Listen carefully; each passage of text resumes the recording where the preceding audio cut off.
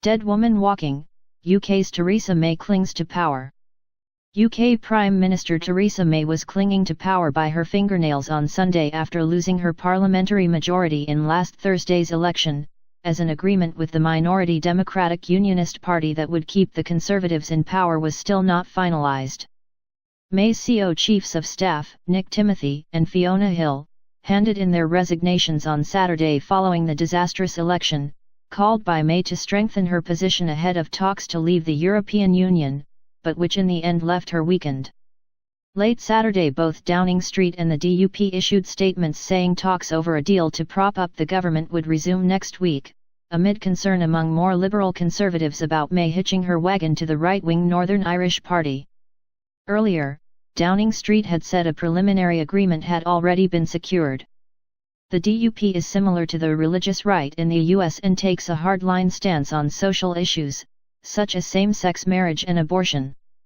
Meanwhile, the main opposition Labour leader Jeremy Corbyn said that he stands ready to lead the country and that a new general election could be held within months.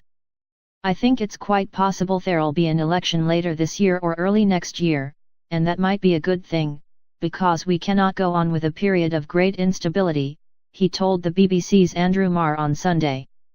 Labour's next big push will come during the Queen's speech on June 19, which will herald the opening of a new parliament in the UK and will contain a new budget as well as the programme of government.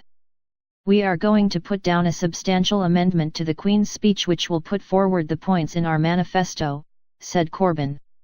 This would include an emphasis on jobs in the Brexit talks and a guarantee of the rights of EU nationals to stay in UK. Corbyn also reiterated Labour's commitment to Brexit. "If we are not EU members, there will have to be an arrangement. We want a tariff-free access to EU market," he said.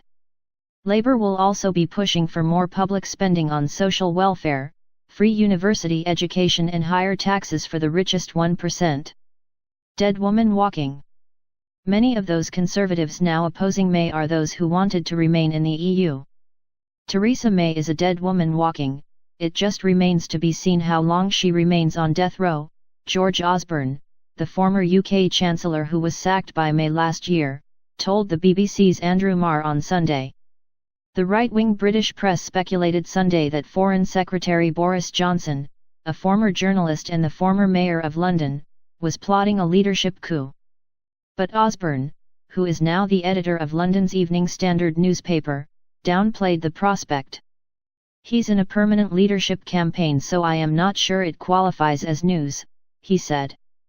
The new arithmetic of the House of Commons will also make Brexit negotiations more difficult.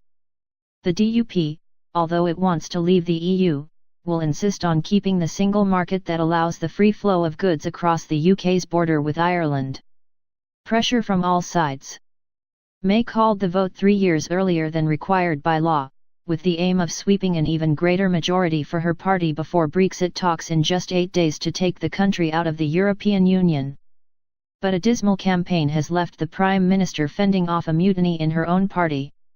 Conservative MPs are publicly airing their anger, some calling for her ouster and others demanding radical change in her style of leadership. Ruth Davidson, the leader of the Conservatives in Scotland, told the BBC she had words with May over the DUP's record on LGBT rights.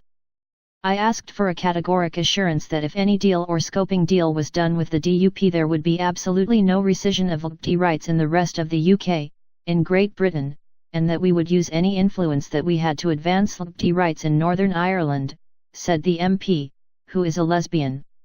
"It's an issue very close to my heart and one that I wanted categoric assurances from the Prime Minister on, and I received them. Pressure is now also coming from the public. A petition on change.org had more than 500,000 signatures by Saturday afternoon, calling for May's resignation over her alliance with the DUP. However, Defence Secretary Michael Fallon said on the Andrew Marr show he believed the Conservative Party and the DUP will be able to hold together in government. "They, the DUP, are going to support us on the big Brexit, economic and security issues facing this country," he said. May's new Chief of Staff will be Gavin Barwell, a former MP who was ousted from his South London constituency as a result of Labour's unexpectedly strong showing in the election. May said that he would bring considerable experience to the post.